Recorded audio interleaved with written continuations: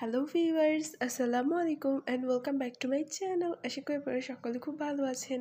তো প্রতিদিনের মতো আজ একটি নতুন রেসিপি নিয়ে চলে এসেছি। আজকে একই ভিডিওতে আমি আপনাদেরকে দুই ধরনের পিঠা তৈরি করে দেখাবো।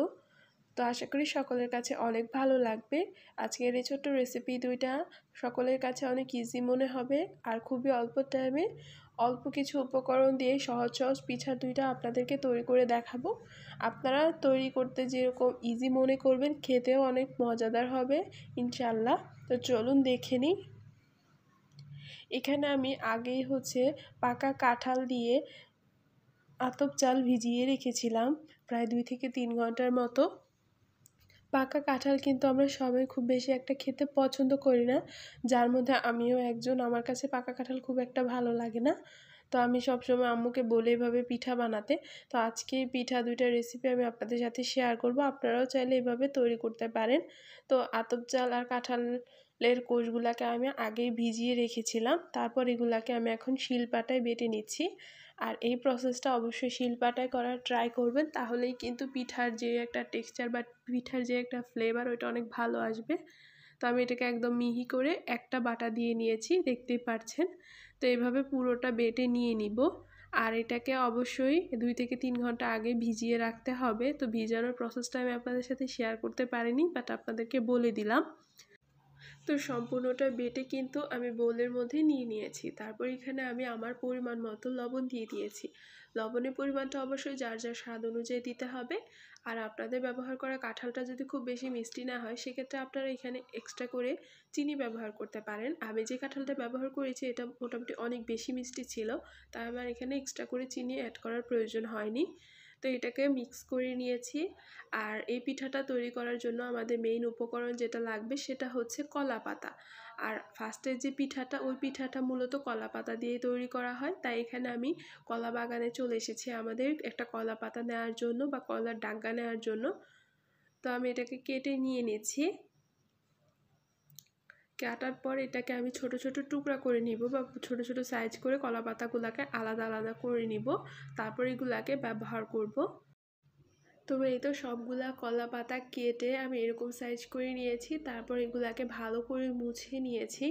মোছার পর এগুলাকে আমি একটা কড়াইয়ের মধ্যে নিয়ে নিয়েছি। এই পিঠাটা যে তৈরি করব, এটা মূলত বেস থাকবে কলা পাতা, মানে কলা পাতার উপরে পিঠাটা সেট করা হবে।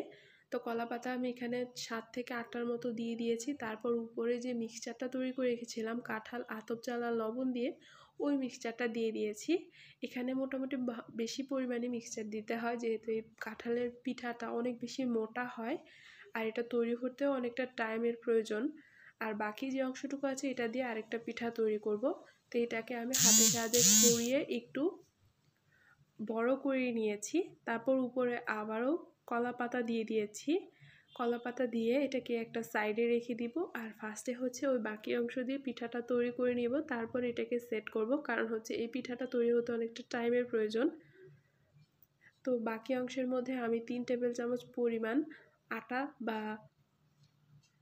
ময়দা দিয়ে দিয়েছি। আপনারা চাইলে চালের গুঁড়িটা ব্যবহার করতে পারেন। তারপর এখানে আমি আমার প্রয়োজন মতো বা পরিমাণ মতো চিনি অ্যাড করেছি। আপনাদের কাছে যদি প্রয়োজন হয় যে আপনারা চিনি অ্যাড করবেন না, তাহলে নাও করতে পারেন। তো সব কিছু একসাথে মিক্স করার পর চুলার মধ্যে আমি একটা হাঁড়ির মধ্যে বা একটা কড়াইয়ের মধ্যে ডুবো পরিমাণ তেল দিয়ে নিয়েছি। তেলটা গরম হয়ে যাওয়ার পর আমি এখানে ছোট ছোট লেচি করে এরকম করে পিঠার যে অংশগুলো আছে বা যে মিক্সচারটা তৈরি করেছিলাম ওইখান থেকে দিয়ে দিয়েছি। আর আজকে এই পিঠাগুলো আমি মূলত তৈরি করছি মাটির চুলায়। আর মাটির চুলায় রান্না কিন্তু মাটির চুলায় রান্নার স্বাদ কিন্তু অতুলনীয়, যেটা বলে বোঝানো যায় না। আমরা যারা গ্যাসের চুলায় রান্না করি তারা কিন্তু বুঝতে পারি না।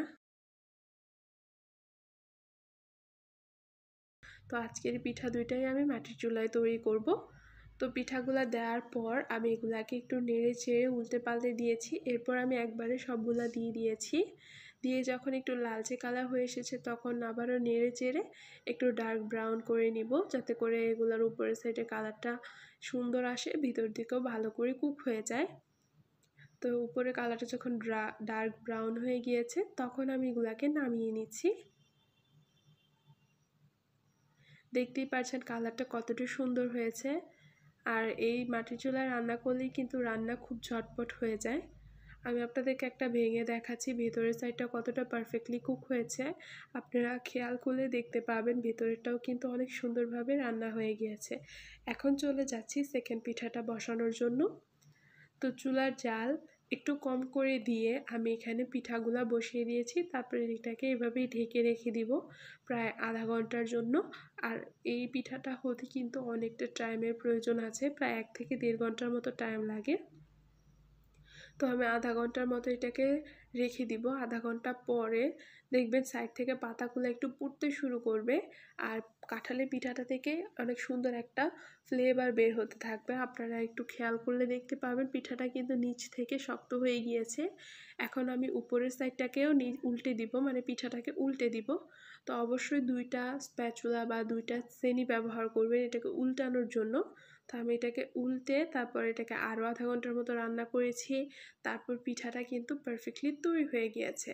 আপনারা অবশ্যই খেয়াল করলে বুঝতে পারবেন যে পিঠাটা কিন্তু ভিতর থেকেও রান্না হয়ে গিয়েছে। এখন এটাকে আমি নামিয়ে নিচ্ছি। আর সাইডে যে কলা পাতাগুলো আছে এগুলো কিন্তু একদম পোড়া পোড়া হয়ে গিয়েছে। আর এই কাঁঠাল এর পিঠার যে মেইন বেস সেটাই হচ্ছে যে কলা পাতার মধ্যে এটাকে তৈরি করা হয়।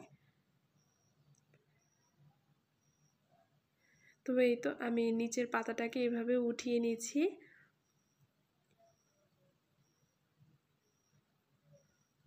তো সাইড থেকে কলা পাতার অংশগুলোকে ফেলে এই তো পিঠাটা কিন্তু পারফেক্টলি তৈরি হয়ে গিয়েছে। আশা করি এই সহজ সহজ পিঠা দুইটা আপনাদের কাছে অনেক ভালো লাগবে। যেসব বাচ্চারা হচ্ছে কাঁঠাল খেতে চায় না বা পাকা কাঁঠাল খুব একটা পছন্দ করে না, তারা কিন্তু এই পিঠাটা অনেক পছন্দ করবে। কারণ এর মধ্যে যেরকম যে উপকরণ ব্যবহার করা হয়েছে এগুলা কিন্তু বাচ্চারা খুব বেশি খায় বা তাদের কাছে মনেই হবে না যে এগুলা কাঁঠালের তৈরি পিঠা। তারা দেখতে যেরকম আকর্ষিত হবে খেতেও কিন্তু অনেক ভালো ফিল করবে। আশা করি সকলের কাছে অনেক ভালো লেগেছে ছোট্ট রেসিপি দুইটা। আমি আপনাদেরকে বড় পিঠাটা কেটে দেখাচ্ছি। ভিতর দিয়েও কিন্তু খুব সুন্দরভাবে কুক হয়েছে, খেতেও কিন্তু অনেক মজাদার। তো এই তো 2 ধরনের পিঠাই আমি একবারে সার্ভ করে নিলাম। আশা করি আপনাদের কাছে আমার আজকের এই ছোট্ট রেসিপিটা অনেক ভালো লেগেছে। কেমন হয়েছে কমেন্ট করে জানাবেন। ভালো লেগে থাকলে লাইক শেয়ার করে আমার চ্যানেলটাকে সাবস্ক্রাইব করে আমার পাশেই থাকবেন। সকলের সুস্থতা কামনা করে আজকে এখানে বিদায় নিব। তার আগে সকলের কাছে একটা ছোট্ট রিকোয়েস্ট, সেটা হচ্ছে আমার ফেসবুক পেজটাকে আপনারা সবাই ফলো দিয়ে রাখবেন। ওইখানেও আমি নিয়মিত ভিডিও আপলোড করি, আপনারা চাইলে ওইখানেও আমাকে ফলো করতে পারেন। তো সকলের কাছ থেকে এখানে বিদায় নিচ্ছি। আল্লাহ হাফেজ।